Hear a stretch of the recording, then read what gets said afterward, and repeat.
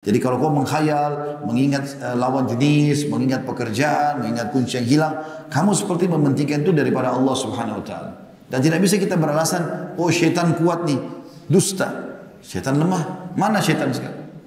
Ada di sini syaitan datang mencekik kita, menutup mata kita, gak ada. Bahkan bisikannya pun tidak terdengar karena lemahnya gitu kan.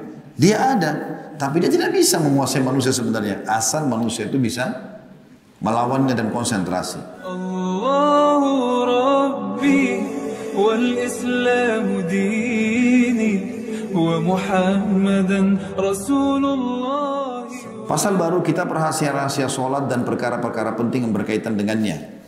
Kata beliau, solat adalah tiang agama dan merupakan ketaatan yang utama. Terdapat hadis-hadis yang banyak yang masyhur tentang keutamaan solat. Jadi beliau tidak bahas itu. Keutamaan sholat 5 waktu, keutamaan ke masjid, itu beliau tidak bahas. Kenapa? Itu bukan itu yang beliau ingin sentuh. Itu sudah dibahas di umumnya buku-buku hadis dan buku fikih. Beliau ingin sentuh keutamaan khusyuk. Ya, bagaimana sholat itu bisa punya makna, bukan hanya gerakan saja. Kata beliau, di antara adab terbaik dalam sholat adalah khusyuk itu sendiri. Konsentrasi. Diriwayatkan dari Utsman bin Affan radhiyallahu anhu, dari Nabi SAW bahwasanya beliau bersabda, "Ma min mri'in muslimin tahduruhu salatun maktubah fayuhsinu wudu'aha wa khusyu'aha wa ruku'aha illa kanat lahu kaffaratan lima qablaha min ad-dunub ma lam yu'ti kabira wa dhalika ad-dahra kullah." Tidaklah seorang muslim yang mendapatkan waktu salat fardu, kayak tadi misalnya kita maghrib, insyaallah sebentar lagi isya, lalu dia membaguskan wudunya. Di sini makna membaguskan wudu adalah menyempurnakannya, tidak tergesa-gesa, pelan-pelan wudu itu. Dinikmati semua gerakannya, dipastikan semua tubuh terkena, termasuk sunnah Nabi menyelat-nyelat di antara jari, supaya semuanya kena gitu. Khusyuk, ya, konsentrasi dan rukuknya. Kecuali ia merupakan sholatnya itu pelebur baginya bagi dosa-dosa sebelumnya, selama dosa besar tidak dilakukan. Dan hal itu berlaku sepanjang masa. Hadis ini riwayat Muslim nomor 228. Juga dari Utsman radhiyallahu anhu dari Nabi SAW bahwasanya beliau bersabda, "Man shalla raka'ataini la yuhadditsu fihi ma nafsahu, ghufira lahu ma taqaddama min dhanbi." Barang siapa yang sholat 2 rakaat, sunnah atau wajib, di mana dia tidak berbicara kepada dirinya, dalam hatinya, di dalamnya. Kan biasanya bisikan dari hati, sehingga akhirnya kita ikutin bisikan itu. Mengingat pekerjaan, mengingat kunci hilang, mengingat untung, mengingat rugi, mengingat masalah. Syaitan nunggu-nunggang itu. Kata Nabi SAW, barang siapa yang sholat 2 rakaat, di mana dia tidak berbicara dengan dirinya. Dia tidak hiraukan, tetap konsentrasi baca-bacaannya sholat. Ya. Maka dosa-dosanya yang telah berlalu diampuni. Khusyuk dalam sholat, konsentrasi. Nanti akan dijelaskan tentu kiat-kiatnya habis ini ya. Hadis ini diriwayatkan Bukhari nomor 159, Muslim 226, Abu Daud 106. Ketika Abdullah bin Zubair radhiyallahu anhu, sahabat Nabi yang mulia, salat, kata beliau, maka beliau seperti tonggak pohon karena khusyuknya. Dia sujud, lalu burung-burung hinggap di punggungnya karena menyangkanya pondasi dinding. Maksudnya karena lamanya sujud, tidak bergerak-bergerak sampai burung kira dia itu batu. Karena menyangkanya pondasi dinding. Suatu hari beliau sholat di Hijr Ismail. Nah, sudah kita tahu tentunya di Hijr Ismail adalah salah satu sudut ya, yang melengket di Ka'bah, dekat dengan Ka'bah, atau bagian dari Ka'bah sebenarnya. Lalu batu terlontar di depannya. Ada batu besar jatuh di depannya. Dan sempat menyeret sebagian bajunya. Maksudnya kena badannya dan bajunya sempat ketarik dengan baju itu. Tapi beliau sedikit pun tidak bergeming. Maimun bin Mihran rahimahullah berkata, aku tidak pernah melihat Muslim bin Yasar menengok dalam sholatnya sekalipun. Suatu ketika salah satu sudut masjid roboh. Orang-orang pasar pada panik. Namun dia tetap dalam sholat di masjid sama sekali tidak menengok. Jadi kadang ada syaitan menggoda kita untuk menengok ke sana, menengok ke sini, melihat sebuah benda segala macam. Ini kata Nabi SAW dalam sebuah hadis sahih. Menengoknya orang dalam sholat seketika langsung balik lagi kepada sholatnya, itu adalah curian syaitan yang akan mengurangi pahalanya. Bila Ali bin Al-Husain berwudu, maka wajahnya pucat Maka beliau ditanya, mengapa anda selalu pucat begitu saat berwudu? Maka beliau menjawab, tahukah kalian di depan siapa aku hendak berdiri atau sholat? Sebagian salafus saleh teman-teman saya tambahkan dalam riwayat-riwayat seperti ini, itu kalau mereka sholat, datang kumbang atau lebah, menyengat dahinya berdarah-darah, mereka tidak berhenti sholatnya. Seperti batang pohon yang kokoh. Tidak ada yang bisa ganggu, kan dalam sholat sudah selesai.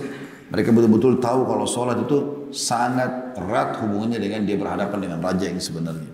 Sebagian mereka kebakaran sekitar rumahnya nggak bergerak sampai hangus semua rumah di sekitarnya, ditemukan oleh masyarakat setempat karena malam hari terbakar, besok pagi dia masih ada sama sejadahnya.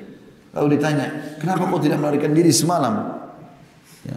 Untungnya Allah selamatkan, semua terbakar kecuali dia sama sejadahnya. Dia mengatakan pada saat saya lagi sholat, saya dengar panggilan kalian. Tetapi saya tiba-tiba mengingat panasnya neraka, maka saya lebih konsentrasi dalam sholat saya supaya Allah selamatkan dari neraka. Dan terbukti Allah selamatkan.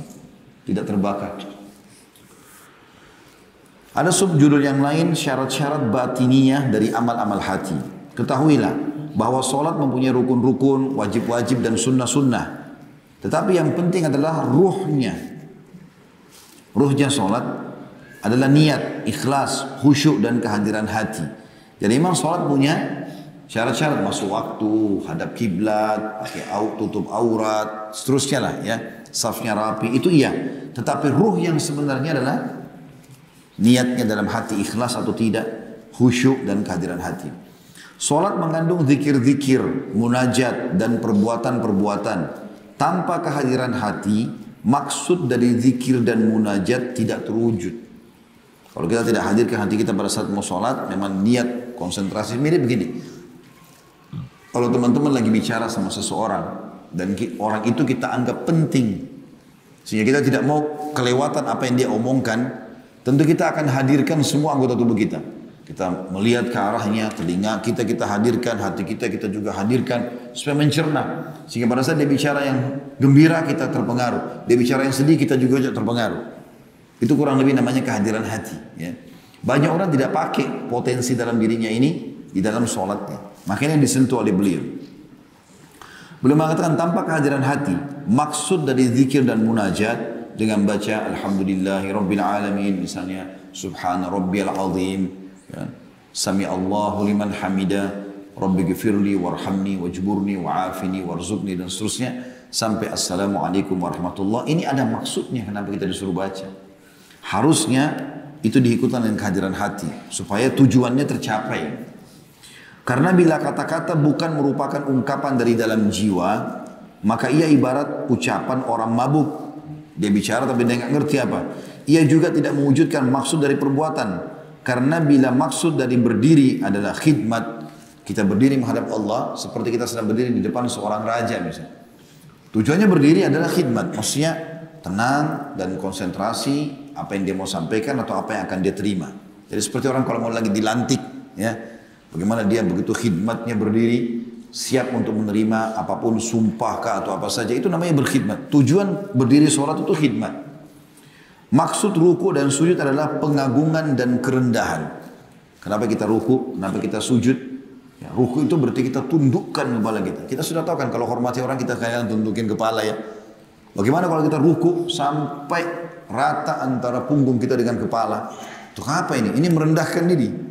Begitu juga dalam sujud meletakkan dahi kita di tanah. Ya, tempat yang Allah kasih bagian atas ini ditaruh di tanah. Maka ini bentuk kerendahan dan juga pengagungan. Lalu hati tidak hadir, maka maksudnya tidak terwujud. Bila sebuah perbuatan menyimpang dari maksudnya, maka ia hanya sekedar tongkrongan yang tidak berarti. Allah berfirman dalam surah Al-Hajj ayat 37. A'udzu billahi minasyaitonir rajim. La yanalallahu luhumuha wala dima'uha walakin yanalut taqwa minkum.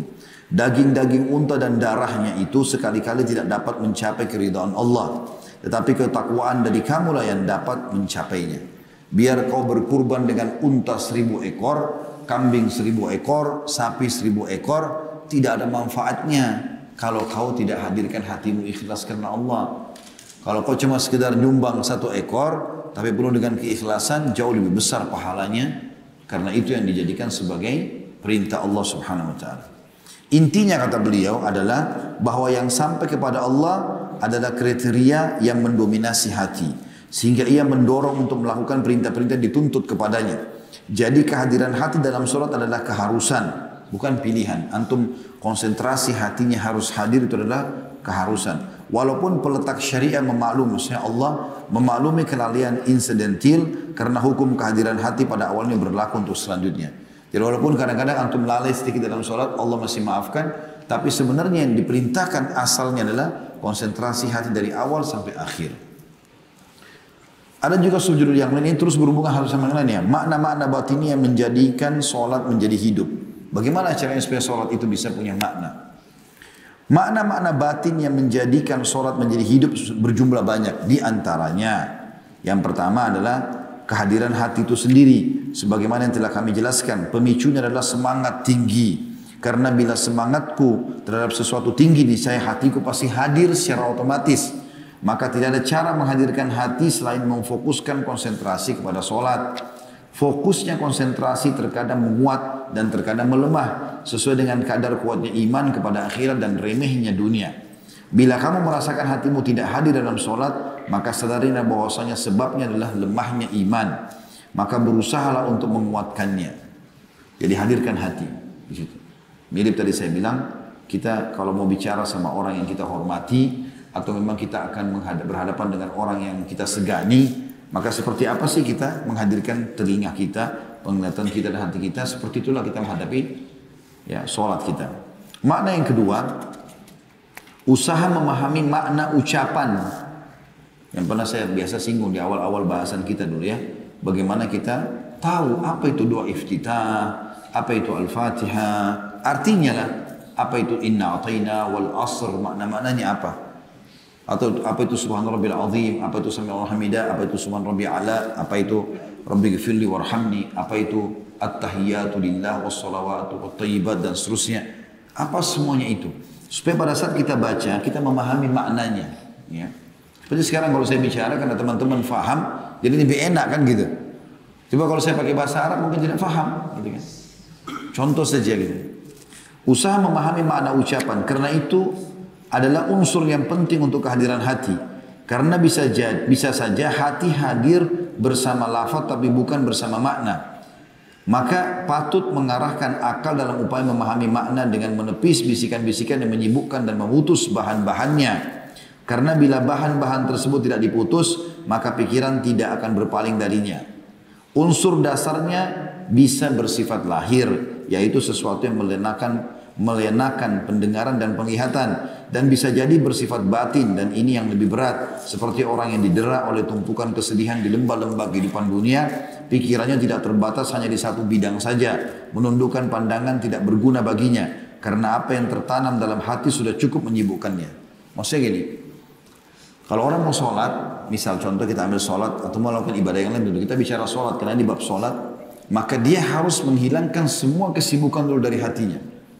Karena kalau orang sibuk dengan sesuatu, misalnya dia punya banyak masalah, ribut rumah tangganya, di PHK pekerjaannya, meninggal orang tuanya, misalnya bertumpuk semuanya satu kali, maka hatinya gundah, dia nggak bisa konsentrasi. Cara yang terbaik adalah dia coba memilah satu persatu, kemudian dia selesaikan. Biar selesai. Kalau enggak bisa. Maka dalam sholat seperti itu, dia harus menyelesaikan diri dari kesibukan itu semua. Obatnya kata beliau, bila unsur dasarnya bersifat lahir, maka dengan memutuskan apa yang menyibukkan pendengaran dan penglihatan, mendekat ke kiblat, memandang ke tempat sujud, menjauhi tempat-tempat yang berhias, tidak membiarkan sesuatu yang menyibukkan indrahnya. Jadi misalnya kalau secara lahir saja yang mengganggu kita, misal kita terganggu dengan suara bising, atau terganggu dengan penglihatan yang berwarna-warni di sejadah atau saja, maka kita tinggal pindah dari situ. Cari tempat yang tidak bising, cari juga tempat yang tidak ada warna-warninya. Karena Nabi SAW sholat sementara di depannya ada ambijaniyah. Itu ada footnote nomor 42, Ambijaniyah itu adalah nama sebuah kota sebenarnya ya. Di timur Halab, di negeri Syam. Dulu terkenal mereka itu membuat kain, bisa dipakai jadi sejadah, karpet, tapi banyak bunga-bunganya gitu.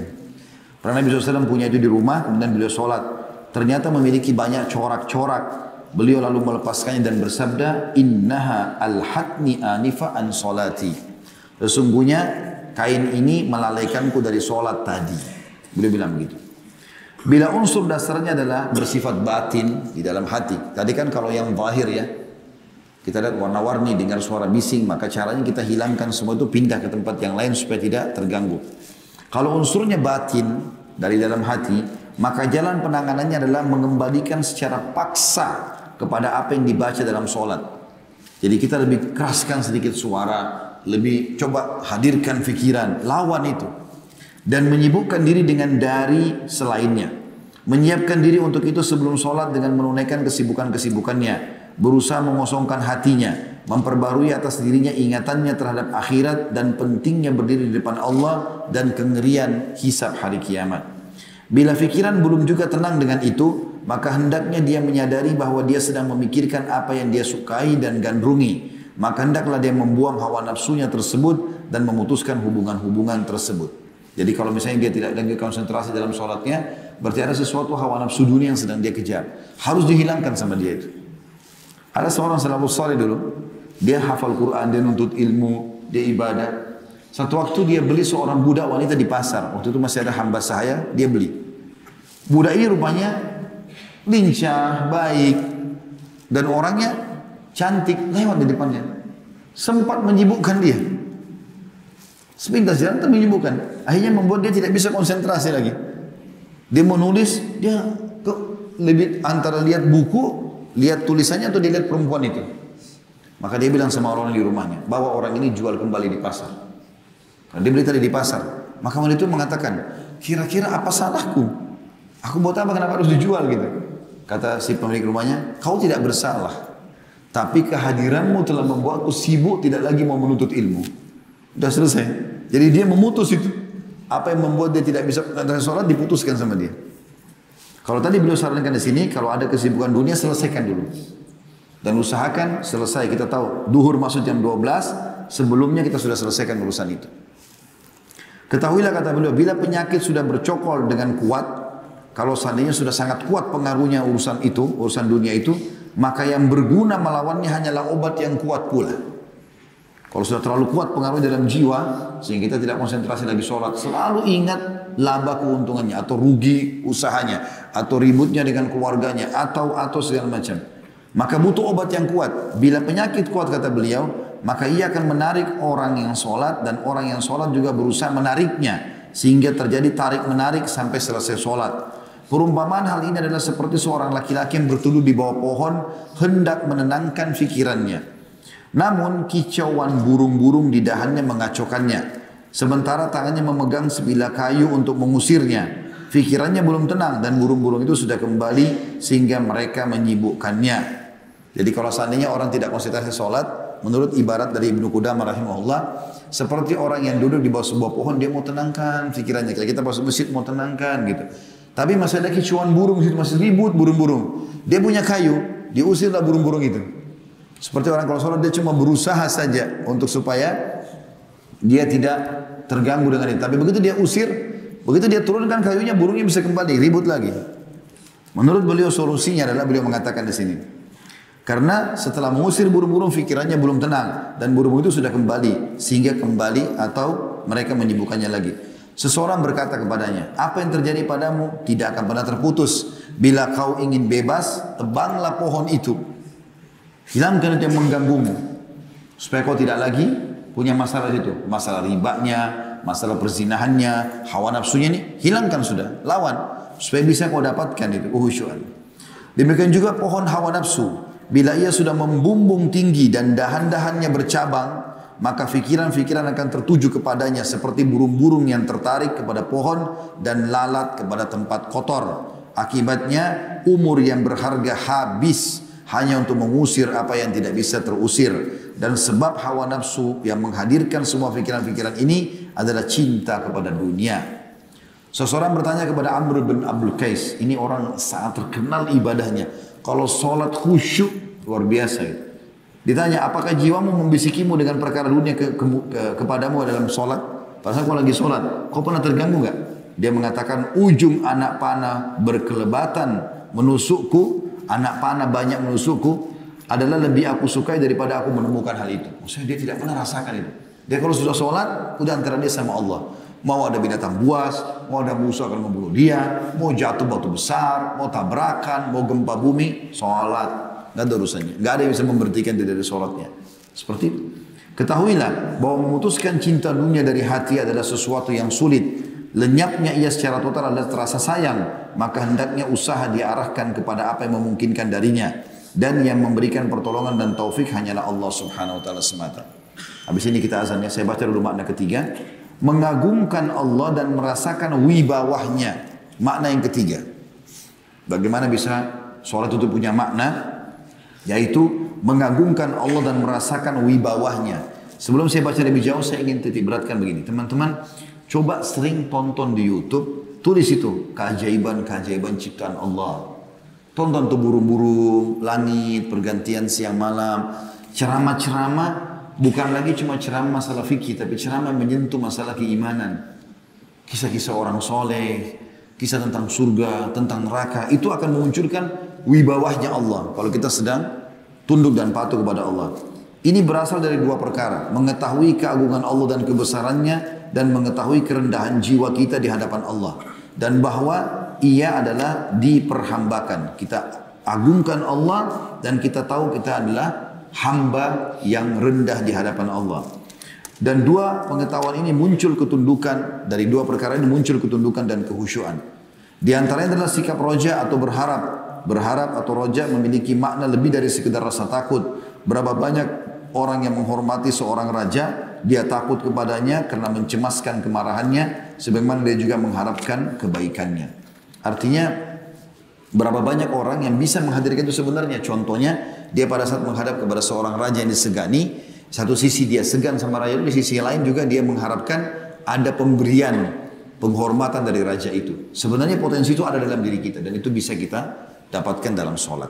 Sebelum masuk ke pasal lanjutannya, di makna ketiga tadi masalah mengagungkan Allah itu, jadi misal teman-teman sekalian, ada banyak riwayat menjelaskan tentang bagaimana mengagungkan Allah. Seperti misalnya, kita seringnya menziarahi kubur, mengantar jenazah sehingga melihat dan menyadarkan diri kita. Bukan kita menyadari ya, memang kita sengaja menyadarkan diri kita kalau kita akan seperti si mayit ini. Sering melihat geranda-geranda jenazah. Ya. Kemudian kalau kita lihat fenomena orang meninggal seketika, itu semua bisa menambah kesadaran kita. Begitu juga dengan orang-orang yang kena gempa, bencana. Bagaimana mereka dicoba oleh Allah subhanahu wa ta'ala dengan segala macam cobaan. Kayak sekarang ada virus yang tersebar dan seterusnya. Semua itu sebenarnya harusnya mengingatkan seorang mukmin tentang keagungan Allah subhanahu wa ta'ala. Dinukil oleh Imam Qurtubi rahimahullah. Ini salah satu bentuk ijtihad seseorang. Saya pernah sampaikan kisahnya tapi saya ingatkan kembali. Bagaimana dia berusaha untuk konsentrasi dan akhirnya khusyuk dalam ibadahnya kepada Allah. Dengan cara dia merasa secara pribadi dunia yang telah menyibukkan dia, maka dia melihat itu. Dia mengambil ijtihad dan dia berusaha. Sampai akhirnya sekitar 20 tahun dia tinggal di Masjid Nabawi, kerjanya cuma 5 waktu sholat, ibadah kepada Allah subhanahu wa ta'ala. Kisahnya dari dia seorang yang sukses di Madinah. Dan satu hari, pada saat umurnya sudah mencapai sekitar 40 tahunan, dia melihat, melihat dirinya di cermin, ada satu lembar jenggotnya putih. Tiba-tiba saja pada saat itu dengan kuasa Allah subhanahu wa ta'ala, dia merasa ketakutan. Dan dia mengingat tafsir firman Allah subhanahu wa ta'ala, وَقَدْ جَاءَكُمُ النَّذِيرُ. Telah datang kepada kalian peringatan-peringatan. Kata ulama tafsir, peringatan itu bisa rambut uban yang muncul. Bisa juga yang meninggalnya orang-orang terdekat. Bisa juga lahirnya anak-anak. Dengan adanya anak-anak berarti sudah ada generasi pengganti kita. Bisa juga dengan kenaknya penyakit demam. Itu sudah tanda-tanda kematian semua. Dan seterusnya. Gitu kan. Maka dia mengambil kesimpulan, kalau dia sudah dekat dengan kematian, karena ketakutannya dan dia tiba-tiba muncul rasa takutnya, dia di Madinah, waktu itu dia jarang ke masjid. Tapi pada saat itu dia pergi ke Masjid Nabawi, dia tinggal di Masjid Nabawi, dan dia buat dirinya seakan-akan jadi gila. Maka setiap kerabatnya datang mau menyelamatkan dia, mau mengajak pulang, dia selalu buat dirinya seperti orang gila, ngomong sendiri segala macam. Sampai mereka pulang, dia tinggal di masjid. Padahal dia tidak gila sebenarnya. Sampai setelah jalan beberapa tahun seperti itu, kerjanya dia kalau orang sudah bubar, orang pergi kerja pagi hari, dia bersih-bersih masjid. Sibuk dengan itu, nata-nata, Al-Quran, dan seterusnya. Maka satu waktu ada orang datang dari Irak, datang ingin menziarahi kuburan Nabi SAW dan juga sholat di situ selama 3 hari. Dia ingin tinggal dalam masjid, dia tidak ingin tinggal di luar. Maka dia lihat satu-satunya di masjid cuma orang ini saja. Tapi orang ini agak unik, setiap kali ada orang ajak ngomong, dia buat dirinya seperti orang gila, ngelantur ngomongnya. Tapi kalau orang-orang sudah bubar, dia baca Quran, dia berzikir, bersihin masjid. Kata orang ini kayak bukan orang gila, nggak mungkin orang gila gitu. Terus saja diikutin sama dia, termasuk di malam hari sholat tahajudnya, khusyuk, nangis. Dan setiap malam selalu ziarah kuburan Baqi. Kalau ziarah kuburan Baqi, dia selalu sebutkan, ya Allah, kalau sudah tiba saatnya, maka aku sudah siap. Kalau belum siap saatnya, atau belum tiba saatnya, mudahkanlah aku untuk beribadah kepadamu. Dia membahasakan itu. Orang ini dari Irak ini dengar. Intinya, setelah 3 hari berlalu, orang ini pamit dengan orang masjid yang sudah dikenal, termasuk dia datang kepada orang ini. Begitu dia dekati, langsung orang ini kayak buat dirinya orang gila. Kata anak muda dari Irak ini, ketahuilah wahai orang tua, sesungguhnya aku tahu anda tidak gila. Aku ini datang 3 hari di sini dan 3 hari aku perhatikan semua yang anda lakukan ini bukan orang gila. Anda cuma buat diri anda gila kalau ada orang ngajak ngomong, gitu kan? Memang dia sempat tanya beberapa orang masjid di situ, orang Irak ini, mereka bilang itu orang gila sudah sekian tahun gila di sini masjid. Kalau keluarganya mau datang jemput pasti dia sembunyi di belakang kuburan Nabi, belakang rumah Nabi, supaya dia nggak dipanggil pulang gitu. Maka tiba-tiba orang itu diam, langsung dia mengatakan, apa kau tahu saya tidak gila? Dia bilang iya.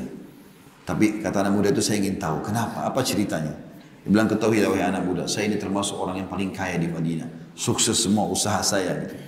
Tapi satu waktu saya lihat diri saya di cermin berapa tahun lalu ada jenggot putih, saya takut kalau itu adalah tanda ajal saya. Maka saya tinggalkan semuanya itu, saya berikan kepada anak-anak saya, lalu saya sibuk di Masjid Nabawi. Dengan begini, saya tidak pernah ketinggalan sholat 5 waktu. Saya tidak pernah ketinggalan baca hizib-hizib Al-Quran setiap hari, zikir pagi petang dan seterusnya. Sebagaimana kau ketahui, saya pun bisa berkhidmat di Masjid Nabawi. Begitu mereka menyelamatkan dirinya. Tapi ini ijtihad tentunya. Kalau kita tarik dalam keadaan kita sekarang, misal ada seseorang di antara kita kerja di satu tempat dan dia tahu itu merusak imannya karena banyaknya ikhtilat, bercampur laki-laki perempuan, atau misalnya memang dia tidak bisa ibadah, nggak ada fasilitas ibadah, atau bahkan dia dilarang bahkan sholat Jumat, perempuannya dilarang tutup aurat, lalu tetap dia bertahan di sana, ini merusak khusyuknya sendiri. Dia harus bisa memangkas itu.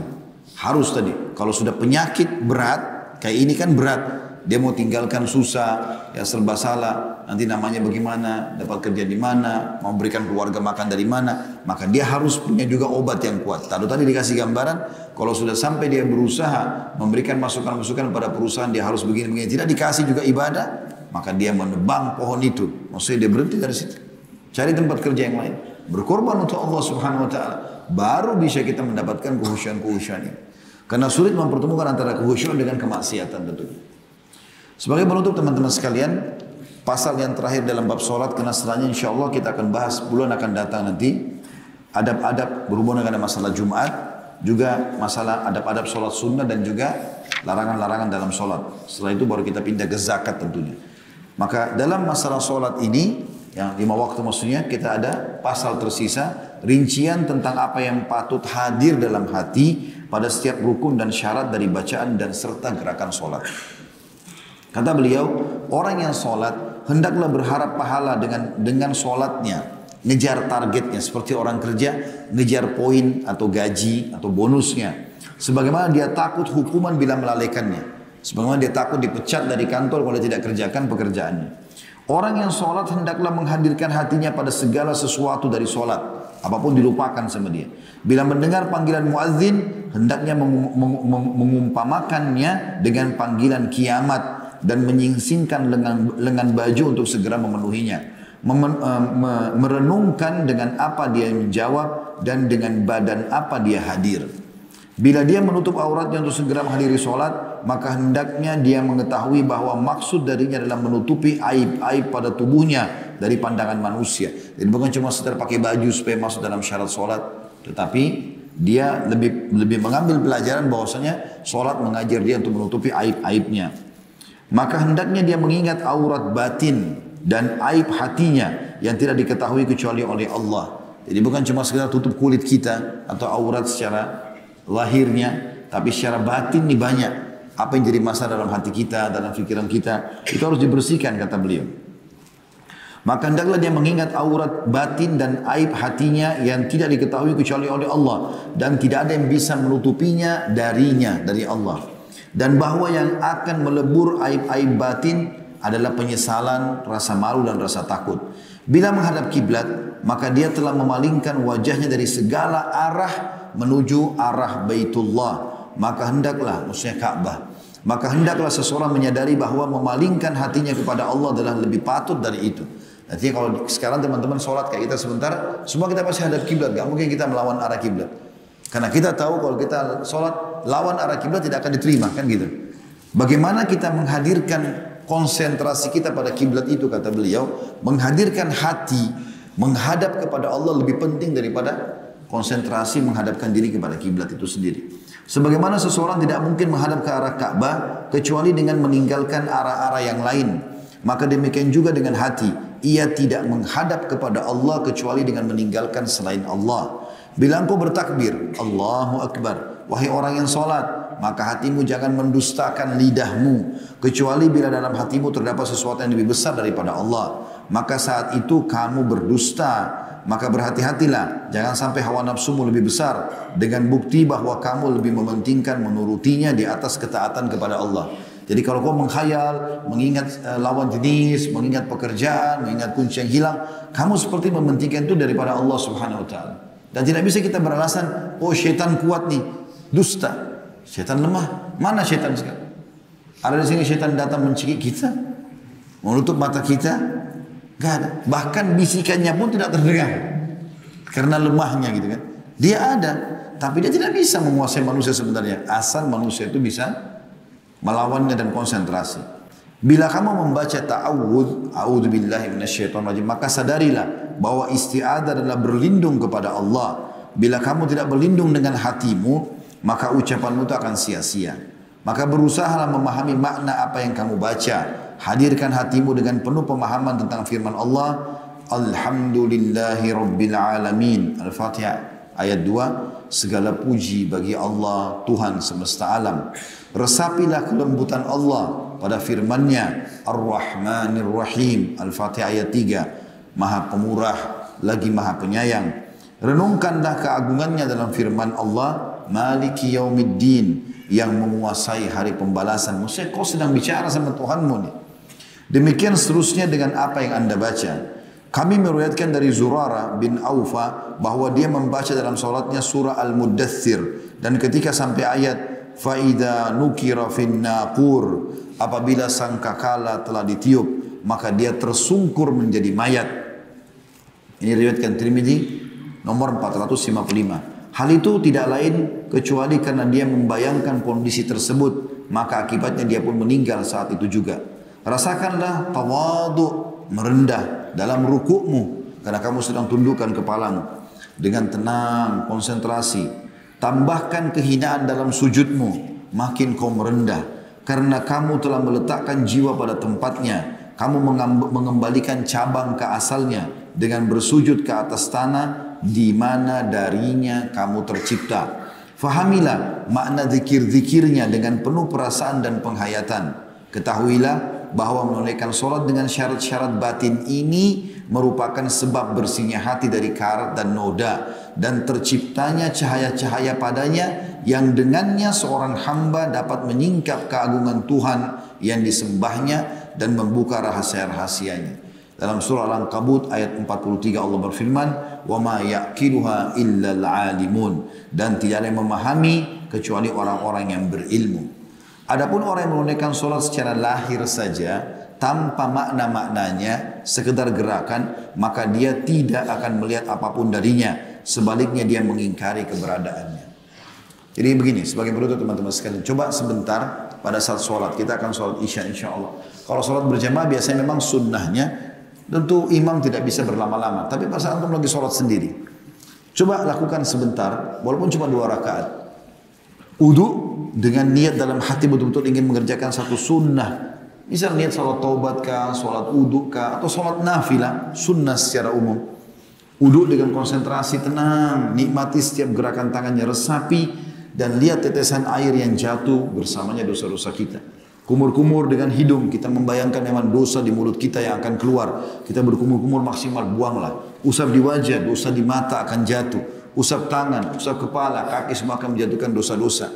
Setelah itu hadap kiblat dengan tenang, konsentrasi, tenang dulu, lihat tempat kiblat. Ya. Kemudian renungi kalau kita akan sholat baru Allahu Akbar. Langkah pertama, ya, mungkin belum bisa sampai maksimal khusyuknya, tapi langkah pertama untuk melakukan dan coba terapkan beberapa hari, konsentrasi saja pada bacaan. Usahakan tidak luput satu huruf pun. Misal mulai baca Allahu Akbar, wajjahtu wajhiya lilladzi fataras samawati wal ard, ya, atau Allahumma ba'id baini wa baina khataayaya kama ba'adta bainal masyriqi wal maghrib. Pelan-pelan bacanya. Jangan seperti orang kumur-kumur saja, ya. Setelah itu baca Al-Fatihah, tenang. Bismillahirrahmanirrahim. Alhamdulillahi Rabbil Alamin. Perdengarkan diri kita sendiri, tenang. Sampai waladdallin. Walaupun setelahnya cuma baca Al-Ikhlas, baca Bismillahirrahmanirrahim. Qul huwallahu ahad. Berhenti dulu. Allahus samad. Berhenti dulu. Kalau antum mau lebih baik lagi, sebelum sholat sudah tahu surah apa yang antum mau baca. Misalnya Al-Fatihah sama Al-Ikhlas. Baca terjemahannya. Setelah itu baru antum pakai baca. Ruku. Allahu Akbar. Tadi bawa dalam makna ketundukan kita ruku itu. Baca dan fahami artinya. Subhana rabbiyal azim. Maha suci Tuhanku yang maha agung. Ulangi lagi. Subhana rabbiyal azim. Subhana rabbiyal azim. Setiap ucapan renungi maknanya. Kalau tidak belum tahu pun artinya, mau dikerjakan praktik ini enggak masalah. Coba baca saya dengan tenang. Setelah itu bangun, setelah selesai tenang dulu. Sami Allahu liman hamidah. Baru bergerak. Kemudian baca. Tenang. Rabbana walakal hamd. Betul-betul antum nikmati sholat itu. Sampai sujud. Letakkan sujud di kepala. Dahi kita di tanah. Dengan penuh konsentrasi. Subhana rabbiyal a'la. Satu kali. Subhana rabbiyal a'la. Dua kali. Subhana rabbiyal a'la. Ini saya pilih bacaan yang paling pendek ya. Ada subhana rabbiyal a'la wa bihamdi. Ada subuhun kudusun rabbul malaikati warruh. Ada banyak. Makin antum nanti lakukan ini dan antum coba tambah bacaan-bacaan rukun sujud, nanti terus merenungi maknanya, makin khusyukan makin bertambah tentunya. Saya pernah praktikkan baca dalam satu sholat itu 2 rakaat, saya baca semuanya dengan tenang. Itu luar biasa gitu. Ada kenikmatan yang tidak bisa digambarkan, apalagi dengan memahami maknanya ya. Dengan 7 bacaan ruku, 7 bacaan sujud, ya 6 bacaan i'tidal, ada macam-macam bacaannya. Semua itu ada tentunya. Ya. Kemudian setelah bangun, duduk dengan tenang. Rabbi ghafirli, warhamni, wajburni, wa'afini, warzuqni, warfa'ni. Ini banyak lafadznya, ini diantara itu yang saya baca. Kemudian sujud lagi dengan tenang. Intinya seperti itu rakaat kedua, lalu tahiyat. Duduk dengan tenang, baru at-tahiyatu lillah, wassalawat, wattayyibat. Terus dibaca dengan tenang sampai selesai. Kalau yang itu berhasil lakukan, antum sudah masuk ke tahap pertama kehusyuan itu. Itu saya dulu dijaga. Mau lebih tinggi tadi saya bilang, pahami maknanya. Mau lebih tinggi lagi nanti, tambah jenis-jenis bacaan dalam sholat itu ragam yang Nabi SAW ajarkan. Dengan memahami maknanya.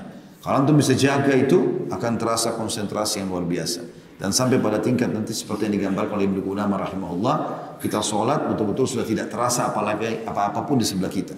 Ya, sebagian ulama salaf dinukil, kalau mereka lagi sholat walaupun di hutan yang lebat, maka gelap itu seperti terang benderang. Ya, rumput yang dan banyak binatang buas itu seperti karpet yang mewah, dan mereka dengan tenang konsentrasi menikmati sholatnya. Sebagai penutup, pernah ternukil seorang sahabat Nabi lagi berjaga pasukan malam hari, kemudian dipanah dadahnya oleh seorang musuh. Lalu dia tidak bergerak sama sekali, padahal anak panah ini bukan semut atau nyamuk yang menggigit. Setelah itu musuh melemparkan lagi anak panah yang kedua, kena di titik sebelahnya, sobek lagi, berdarah lagi, tidak bergerak. Sampai terkumpul 7 atau 8 anak panah.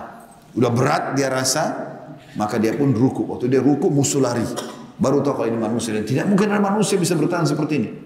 Luar biasa dia khusyuk dalam sholatnya. Lalu kemudian dia selesai salam, dia mengatakan, demi Allah, kalau seandainya saya bukan khawatir, kalau saya terbunuh, dia lepas lagi anak panah saya terbunuh, Rasulullah SAW dan para sahabatnya terbunuh nanti, diserang tiba-tiba, maka aku akan selesaikan surah Al-Kahfi yang aku baca pada sholat itu. Jadi sampai tusukan tombak pun atau tusukan anak panah pun tidak terasa bagi dia. Karena konsentrasi yang dia rasakan atau dia sudah khusyuk. Allahu a'lam.